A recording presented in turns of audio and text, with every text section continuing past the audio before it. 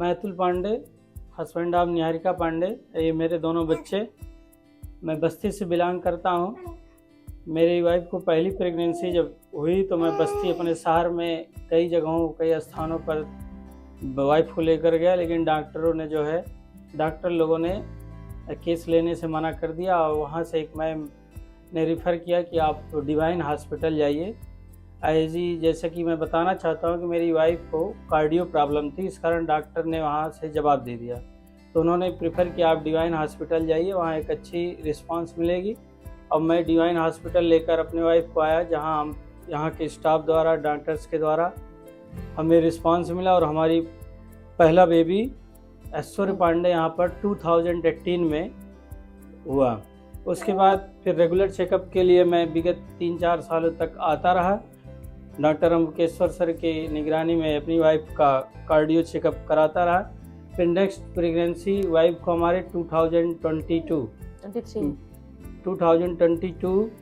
में हुआ, जिसके इलाज के लिए मैं फिर से डिवाइन हॉस्पिटल आया। और यहाँ पिछली जो डिलीवरी हुई वाइफ की वो गायनिकोलॉजिस्ट डॉक्टर रुचि गर्ग के द्वारा हुई। वही फिर अगली केस को भी हमारे डॉक्टर रुचि गर्ग ने ही प्रेफर किया।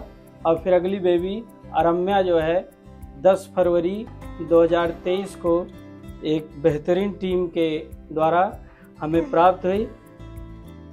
पेशेंट मिसेस निहारिका पांडे हमारे पास पहली बार 2018 में डिवाइन हॉस्पिटल में आई थी विद अ फर्स्ट प्रेगनेंसी। ये she was already a diagnosed case of जैसे हम कहते हैं rheumatic heart disease with moderate MS, यानी कि इनका जो one of the main valves होता है between 2 chambers of the heart, ये सिकुड़ा हुआ था to a moderate level. Mild, moderate, severe 3 category के होते हैं। तो इनका माइट्रल वॉल सिकुड़ा हुआ था। इसका मतलब है कि एक चेम्बर से दूसरे चेम्बर में ब्लड का फ्लो थोड़ा सा प्रभावित था, कम था।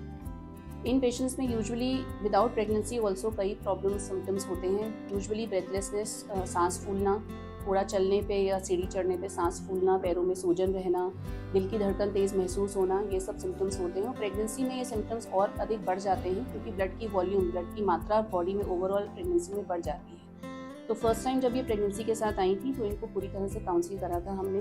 कार्डियोलॉजी बैकअप के साथ, कार्डियोलॉजी फॉलोअप के साथ हमने इनकी प्रेगनेंसी मैनेज की थी through out the 8.5-9 months. And इनकी डिलीवरी 2018 में हुई थी थ्रू सिज़ेरियन।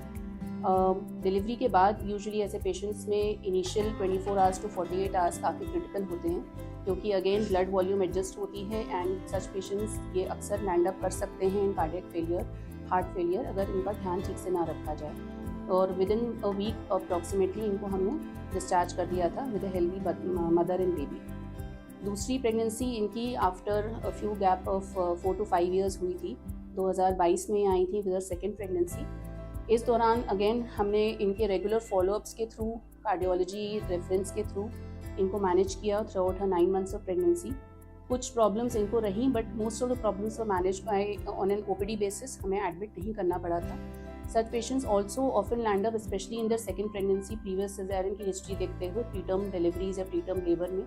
बट इनकी प्रेगनेंसी हम अगेन 9 मंथ्स तक कंटिन्यू कर सके थे and her second baby was delivered eight divine in 2023 in February, and we were able to discharge a healthy mother and baby within about a week of the cesarean.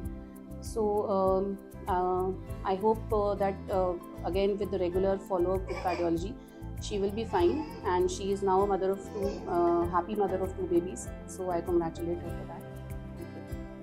इसके लिए मैं Divine hospital और Divine hospital के सभी staff, doctor Ambkeshwar sir, doctor Ruchi Garg ma'am का बहुत बहुत धन्यवाद देना चाहता हूं। और भी लोगों से ये बताना चाहता हूं कि अगर आप लोगों को किसी आस पड़ोस या आपके घर परिवार में ऐसी कोई समस्या हो तो आप डिवाइन हॉस्पिटल से संपर्क करके एक सुरक्षित इलाज, स्वस्थ इलाज प्राप्त कर सकते हैं और अपने बच्चे का भविष्य भी प्राप्त कर सकते हैं। धन्यवाद।